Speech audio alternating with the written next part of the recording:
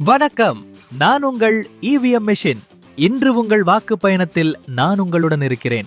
வாருங்கள், ஆரம்பிப்போம். முதலில் உங்கள் அடையாளம் சரிபார்க்கப்படும். பிறகு உங்கள் விரலில் மைக்குறி. இது ஒருவருக்கு ஒரு வாக்கு என்பதை உறுதி செய்கிறது. இதோ நான். என்னுள் அனைத்து வேட்பாளர்களின் பெயர்களும் சின்னங்களும் தெளிவாக இருக்கும். நீங்கள் தேர்வு செய்ய தயாரா? ஒரு பொத்தானை அழுத்துங்கள். பீப். அந்த சத்தம் கேட்டதா? அது உங்கள் வாக்கு பாதுகாப்பாக பதிவு ஆனதின் வெளிப்பாடு. உங்கள் வாக்கை சரிபார்க்கும் சான்று.